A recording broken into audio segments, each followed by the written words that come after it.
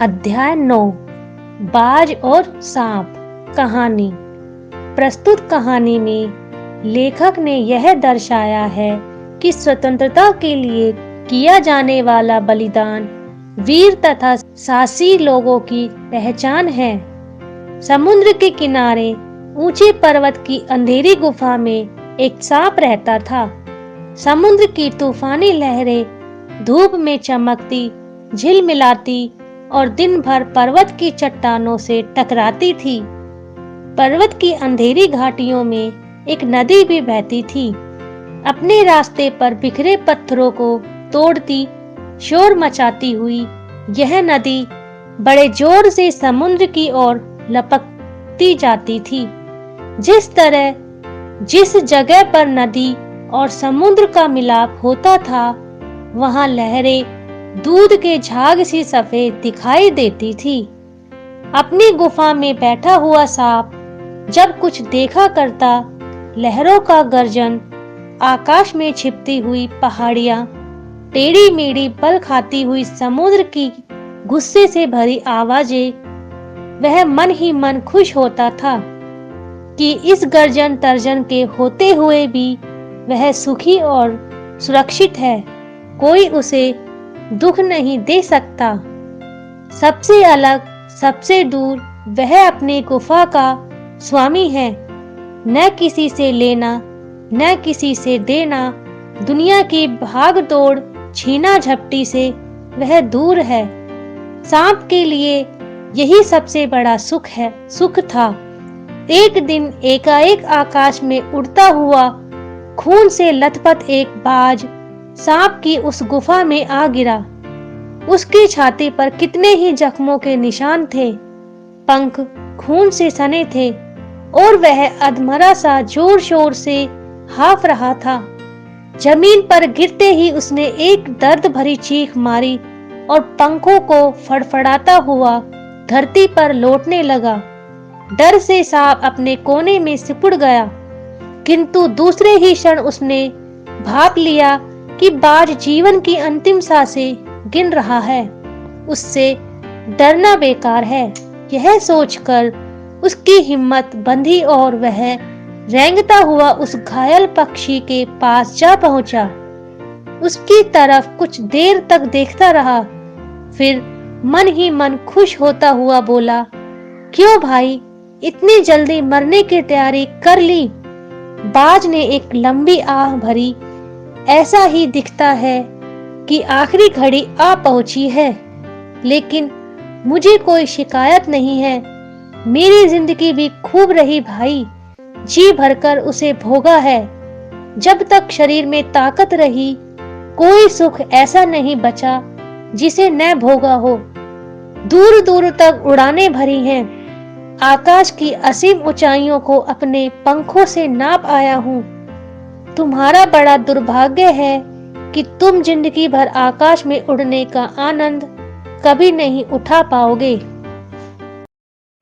सांप बोला, आकाश को लेकर क्या मैं चाटूंगा? आकाश में आखिर रखा क्या है? क्या मैं तुम्हारे आकाश में रेंग सकता हूँ? ना भाई, तुम्हारा आकाश तुम्हें ही मुबारक। मेरे लिए तो यह गुफा भली। इतनी आरामदेह और सुरक्षित जगह और कहाँ होगी? सांप मन ही मन बाज की मूर्खता पर हंस रहा था। वह सोचने लगा कि आखिर उड़ने और रेंगने के बीच कौन सा भारी अंतर है। अंत में तो सबके भाग्य में मरना ही लिखा है। शरीर मिट्टी का है, मिट्टी में ही मिल जाएगा।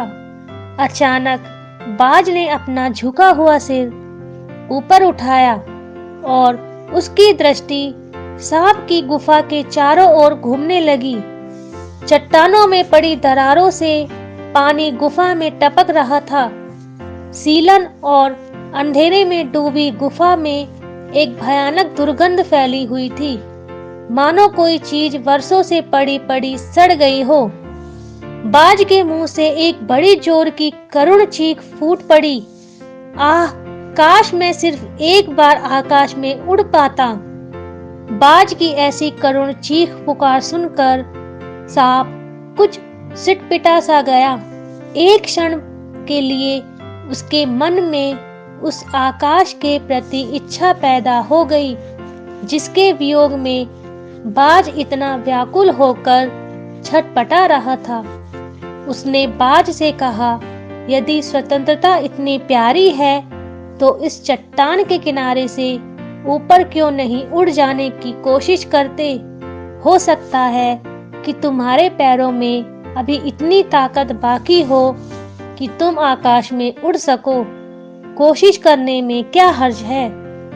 बाज में एक नई आशा जाग उठी।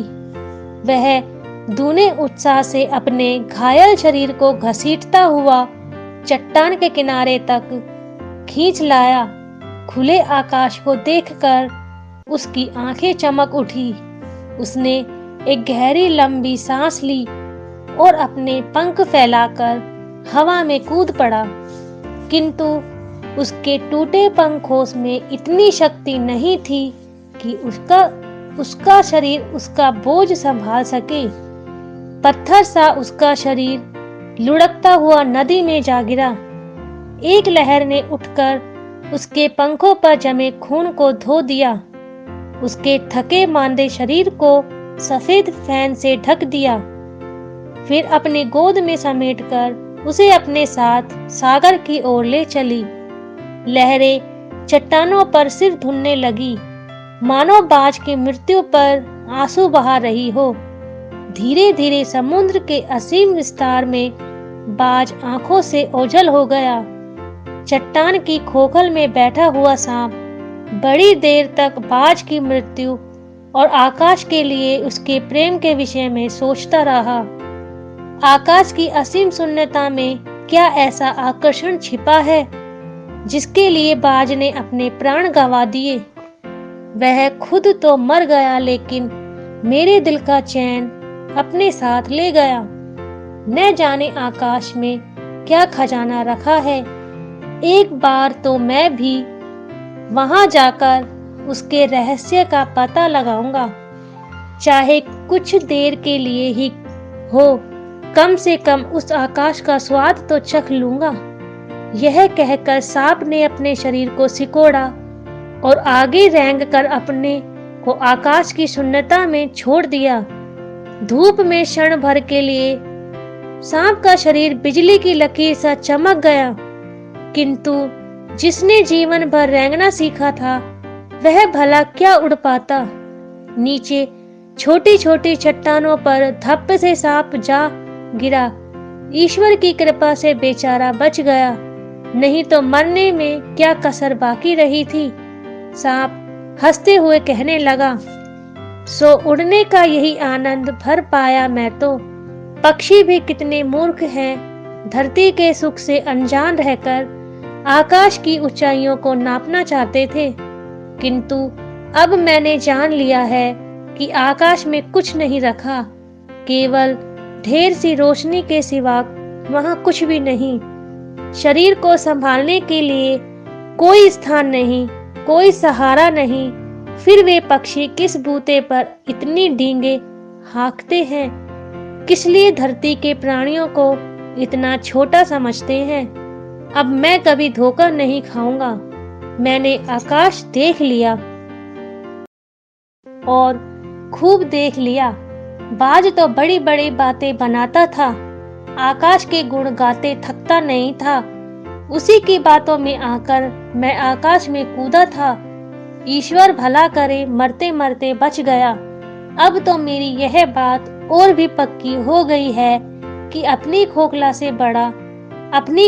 से बड़ा सुख और कहीं नहीं है। धरती पर रेंग लेता हूँ, मेरे लिए यह बहुत कुछ है। मुझे आकाश की स्वच्छंदता से क्या लेना देना? न वहाँ छत है, न दीवारें हैं, न रेंगने के लिए जमीन है। मेरा तो सिर चकराने लगता है, दिल कांप जाता है। अपने प्राणों को खतरे में डालना कहाँ की चतुराई है?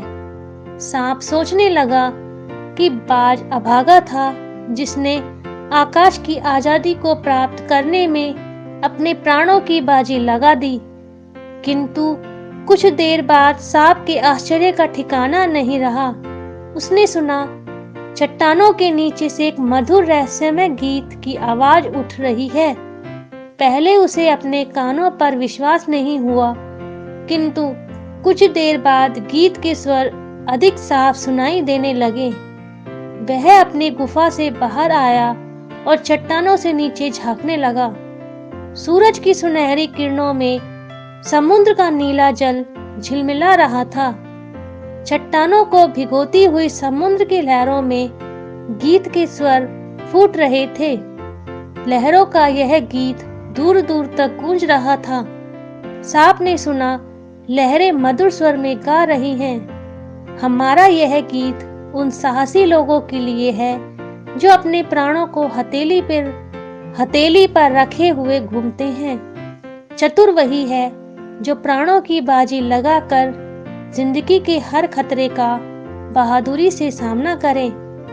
ओ निडरबाज, शत्रुओं से लड़ते हुए तुमने अपना कीमती रक्त बहाया है, पर वह समय दूर नहीं है जब तुम्हारे खून की एक एक बूंद जिंदगी के अंधेरे में प्रकाश फैलाएगी और साहसी बहादुर दिलों में स्वतंत्रता और प्रकाश के लिए प्रेम पैदा करेगी।